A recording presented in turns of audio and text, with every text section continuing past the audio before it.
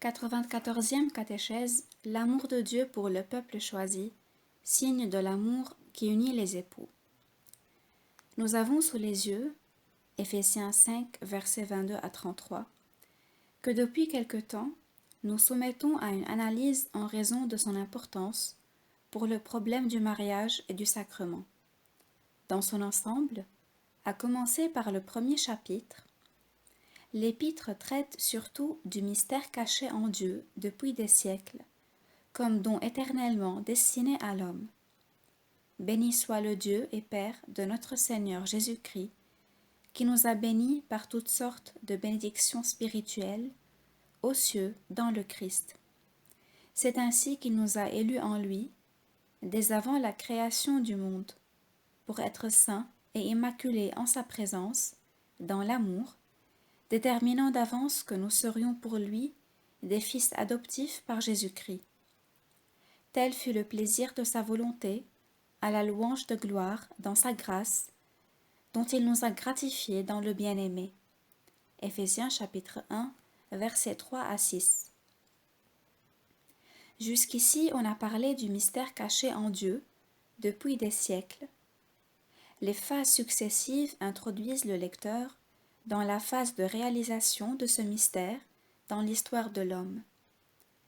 Le don qui, depuis des siècles, lui est destiné dans le Christ, devient partie réelle de l'homme dans le Christ lui-même, dans lequel nous trouvons la rédemption par son sang, la rémission des péchés, selon la richesse de sa grâce, qu'il nous a prodiguée en toute sagesse et intelligence. Il nous a fait connaître le mystère de sa volonté, ce dessein bienveillant qu'il avait formé en lui par avance, pour le réaliser quand les temps seraient accomplis. Ramener toutes choses sous un seul chef, le Christ, les êtres célestes comme les terrestres. Éphésiens chapitre 1, versets 7 à 10. Le mystère éternel est passé ainsi de l'état de caché en Dieu à la phase de réalisation et d'actualisation.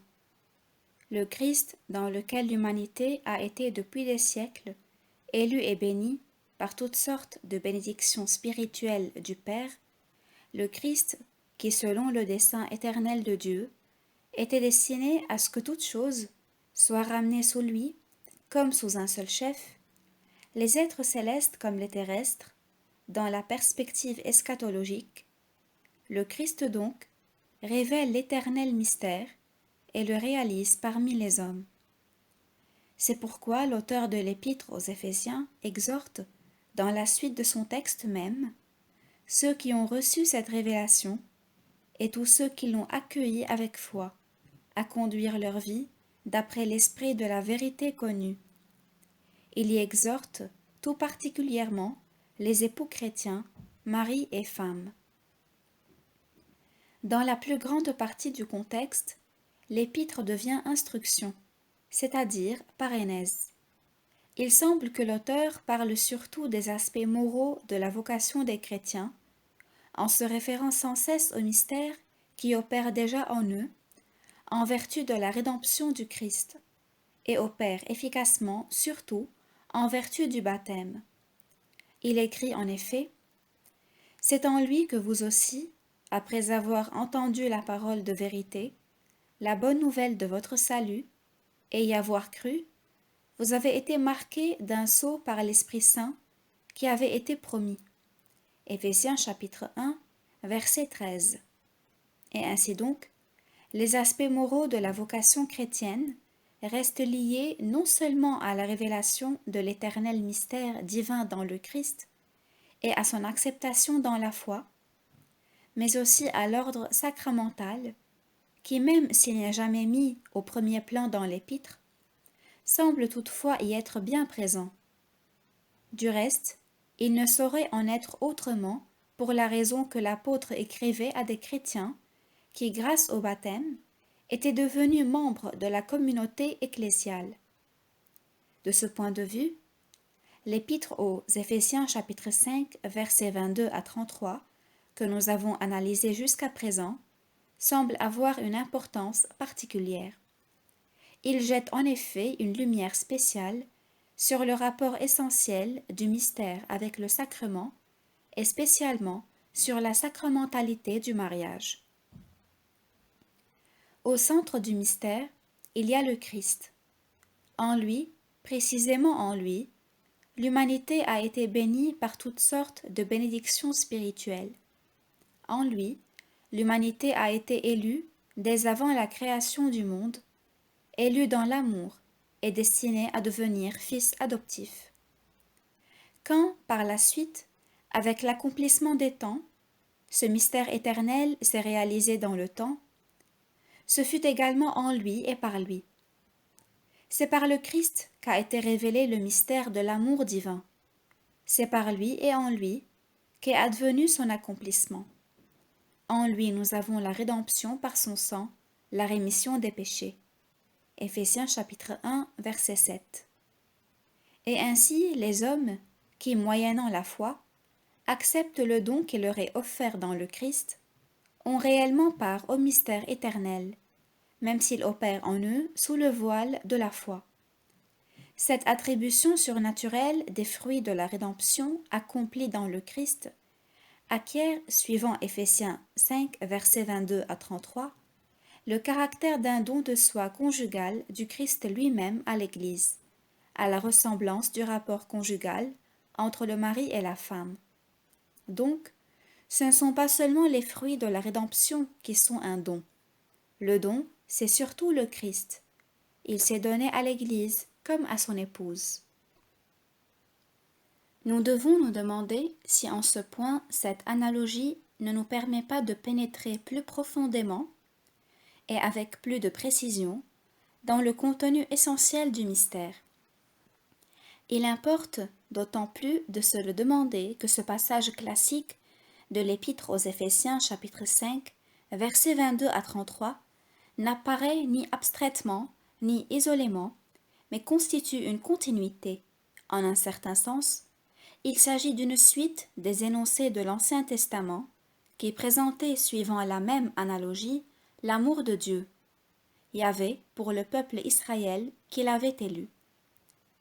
Il s'agit en premier lieu des textes des prophètes qui ont introduit dans leur discours la comparaison de l'amour conjugal pour caractériser de manière particulière l'amour que Yahvé nourrissait pour le peuple Israël, l'amour qui ne trouva ni compréhension ni réponse, mais au contraire infidélité et trahison. L'expression de cette infidélité, de cette trahison, fut surtout l'idolâtrie, le culte rendu aux dieux étrangers. À vrai dire, il s'agissait dans la plupart des cas de relever de manière dramatique cette trahison et cette infidélité appelée adultère d'Israël. Toutefois, à la base de tous ces énoncés des prophètes, il y a la conviction explicite que l'amour de Yahvé pour le peuple élu peut et doit être comparé à l'amour qui unit l'époux à l'épouse, l'amour qui doit unir les conjoints.